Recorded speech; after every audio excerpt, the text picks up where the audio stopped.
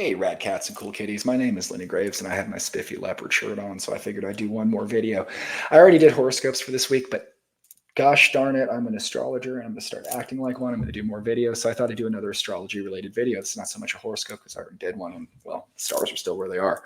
So what I want to talk about, though, is how you can understand the basics of the zodiac in a really simple way that'll help you in relationships in your life. Because I have found this is very true, and it's not always true, but it's very true because moon and rising planets and stuff do impact this, and I'll talk about it in a second.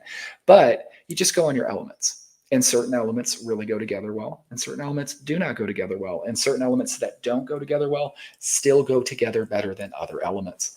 Like, for an example, you have your fire signs, which are Aries, your Sagittarius, and your Leo. They all have that element of fire. So fire loves fire because it gets to be a bigger fire, and fire also loves air. Air is drawn to fire, and fire feeds on air. Air signs tend to be typically very attracted to fire signs, and fire signs like them back: Geminis, Libras, and Aquariuses. And the reason that they do is because fire signs like attention, and air likes to give attention. Air likes to express itself. So those two go together very well. Where fire signs, some people would say, are demanding in their attention, but that's okay because air really does like to give attention. And a lot of people would say air gives too much attention and they don't shut up sometimes, especially if they're Geminis, right? So you know that if you have air and air, or fire and air, or fire and fire, these are really good matches. On the other half of that wheel, earth and water go together really well too. Water goes into earth, things blossom, it grows. Capricorns, Taurus, and Virgos, your earth signs, right? They're going to always just go together really well with Scorpios, Cancers, and Pisces. The water signs, they understand each other. They're more stable. They're not quite as flighty or fiery. They're more stable and emotional than the other two signs, and they will just mesh well. Now, within those signs, do certain signs even mesh even better? Absolutely. Like Leos and Geminis get along wonderfully because Geminis love to talk all the time, and Leos are attention words that I won't say. So they kind of like Mercury spinning around the sun, right? These are really usually good relationships where, honestly, I'm going to be honest with you, like I don't get along very well with Pisces or Capricorns a lot of the times. And it's a communication thing, or even Tauruses, because I myself am a Gemini and I don't blend well with earth and water. Does that mean that I hate water signs? Or no, not at all. I have very good friends. I've dated water signs and earth signs, but I've noticed in communication. And also, before I even say this disclaimer, don't go home if you happen to be a fire sign and dump your partner if they're an earth sign. That doesn't mean that. That just means that in your relationship, because moon matching and Venus matching and different things, you might struggle, especially in your sun signs, on communication, right? Does that make sense? You have to be able to, so partnerships that usually have, I mean, if you can line up your big three in Venus, you're going to have a magical relationship. But I was just worried about rising sun and moon, right? We keep it simple. It's like if you guys ever played Elder Scrolls, remember the conversation wheel? You can make somebody happy. Knowing these three things, you can kind of make somebody happy. They're going to reflect those three. But just going on sun signs today, we are. And this, your moons would vibe up the same way. Like you could have a moon and match with the moon and a sun match with the sun, but you don't really want a moon to match with the sun. So you get overly complicated. We're keep it simple. So that's how that works, right? Air and fire. You guys are like, okay, Len, you're repeating yourself. You know, I get it. And water and earth. Now, other signs will go together. Like earth and fire tend to be more compatible than fire and water. And just understand how the elements, like fire burns on earth, right? Never really impacts it. They don't really hurt each other. They're just kind of neutral to each other. Where if you dump a bunch of water on fire, well, you already know what's going to happen. Same thing backwards with the air signs, or different with the air signs. Air and water kind of flow sometimes, like you waves on the ocean, right? It's kind of peaceful. They don't quite penetrate each other, but they go in harmony. Where really, if you throw dirt on air, it gets dusty and the air becomes stifled and all that kind of stuff. So earth and air don't go together very well. They're so opposing, right? They're not mutable. They just have the, does that make sense? I hope it does. Now, again, there are exceptions to this based on your entire astrology, but just as a rule, and here's a good example, like let's say your husband is a Capricorn and you are in Aries, and you guys aren't really getting together despite all the devil horns and stuff like that you guys have. Knowing that you might, like your earth sign is more focused on making the bills versus doing the romp in the bedroom or whatever, doesn't mean that they don't love you. It just means that their focus is somewhere else. Does that make sense?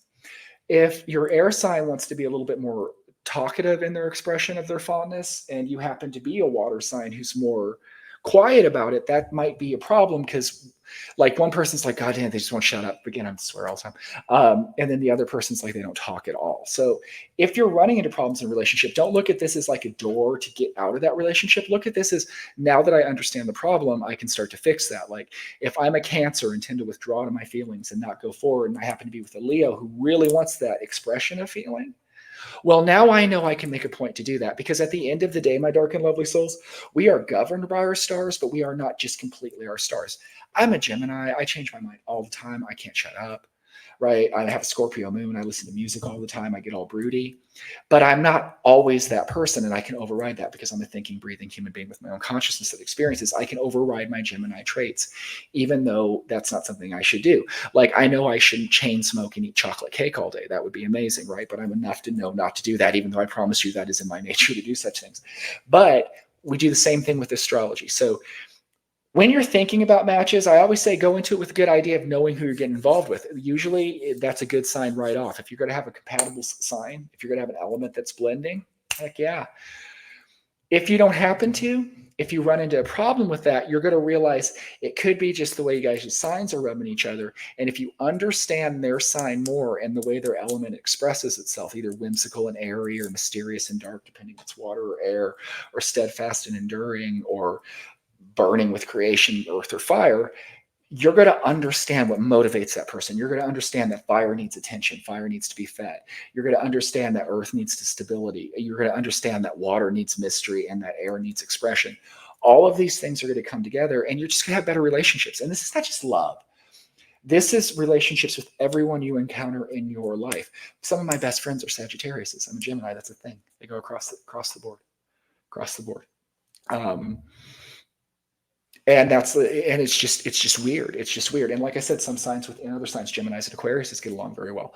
Leos and Aries get along very well. And then Capricorns and Virgos get along very well. Scorpios and it's not a Pisces, Cancers get along very well. Sorry, you're an astrologer, right? But this is true, and you can apply this in your own life. Do not let this be the end all that guides you in how you deal with people. But like I said, it's kind of like having to cheat in your oblivion conversation wheel to make people like you. If you know what fuels other people and kind of their base instincts, and their signs are reflected in that, then you kind of understand that person. And if you want to take it a step further, you apply those same factors to their rising sign and their sun or their moon sign, which governs more your emotions and how you project yourself. And you will have such a complete picture of a person, you will be able to understand either way. You guys are in match made in heaven. You guys just will never make it work because it's just too polar different. Or the differences that you have can be worked around because it's not really a person not liking the other person or not being there for a person. It's just in a person's nature to do what is in a person's nature to do. And we can't really make a Gemini shut up. We can't make a Leo not brush their hair. We can't make a Sagittarius not fight with us. We can't make an Aries not want to be in charge. You get where I'm going with this. We can't make a Taurus not arrange the furniture in their home. Everybody's sign has their quirks. And if we understand these quirks, even if we're a sign that quirk doesn't necessarily go with, like you're a broody Scorpio who likes to have alone time, but your boyfriend's Gemini who doesn't shut up, you give them slack, just like the Gemini gives the Scorpio slack, like I need to let her go for a while and do her own thing, right? Does that make sense? It should make sense. So when you're in matches, when you're in conversations, dealing with people, and you want to base the astrology, remember, don't worry about falling down to the in-depth of the signs. Just remember fire, earth, air, and water and how they go. And if you don't know what all the signs are by their element, why are you watching astrology videos?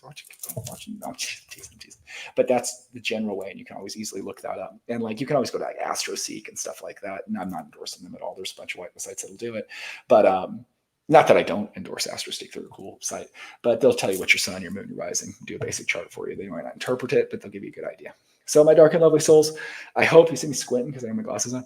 I hope that kind of gives you a little idea on how you can use the elements and how they apply in the zodiac. And if you like this, tell me that you like it. I'll do more about this, like how mutable and fixed and all that kind of stuff works, in addition to doing horoscopes. And I'm hoping it's a preview. Start doing like little witchcraft videos and start how to hex people and make magic potions and all that kind of good stuff. And so keep hitting my desk because, again, I don't have my glasses on, but I'm vain. So my dark and lovely souls, I'm going to stop. I'm going to go like this. I hope you enjoyed the video. If you did, please think about liking, subscribing, especially on YouTube. I'm really trying to grow my audience there. It makes my day. If you dig the way I do cards, if you dig the way I do astrology, if you dig the way I do magic spells, or maybe just kind of dig me, and I appreciate it, check out thelennygraves.com. That's my website. And I sell spells, tarot card readings, books, a whole bunch of cool stuff. It's got neat pictures. Check it out. My dark and lovely souls, you guys are the best. Have the best time as I'm trying to find the recording button. And